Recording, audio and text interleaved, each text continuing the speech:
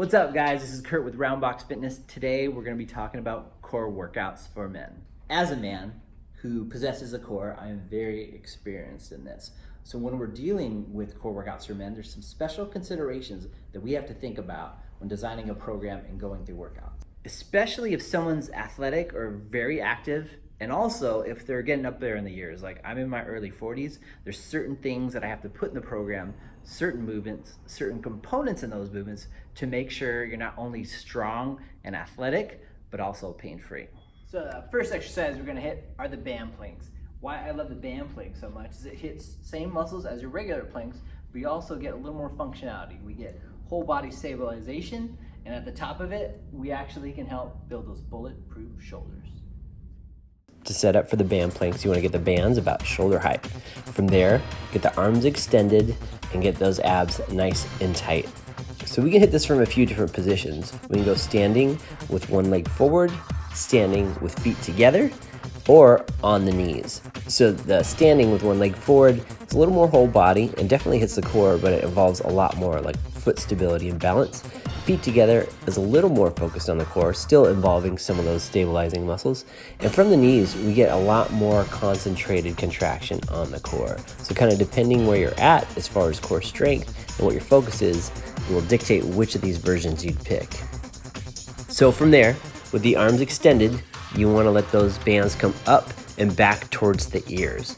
As those bands come up, really focus on the core, using the core to control the ascent and the force of the bands pulling you back.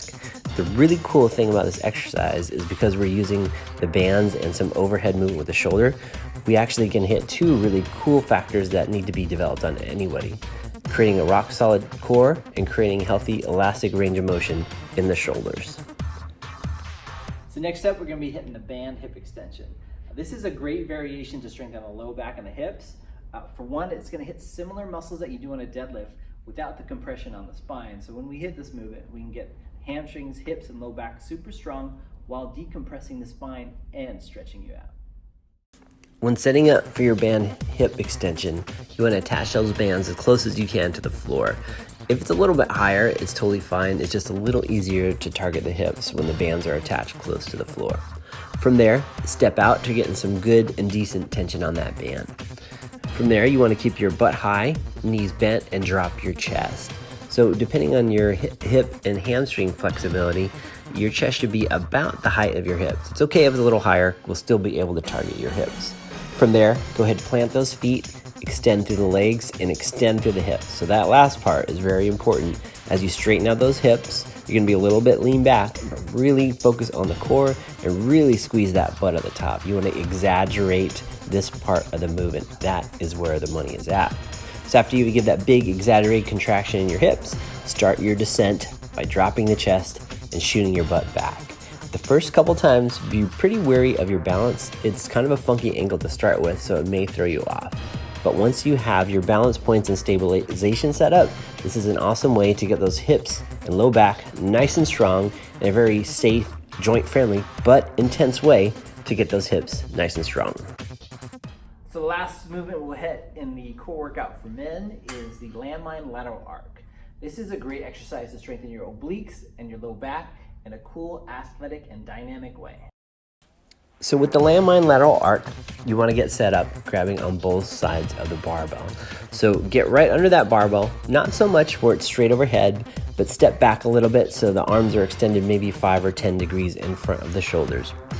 From there, you want to let the barbell somewhat fall side to side from hip to hip. So these are not slow grinding movements. You want to think about the arms relaxing but being in control and using your core, obliques, and low back to absorb the force as the bar lands about hip level side to side. So think of this as kind of a low velocity throw.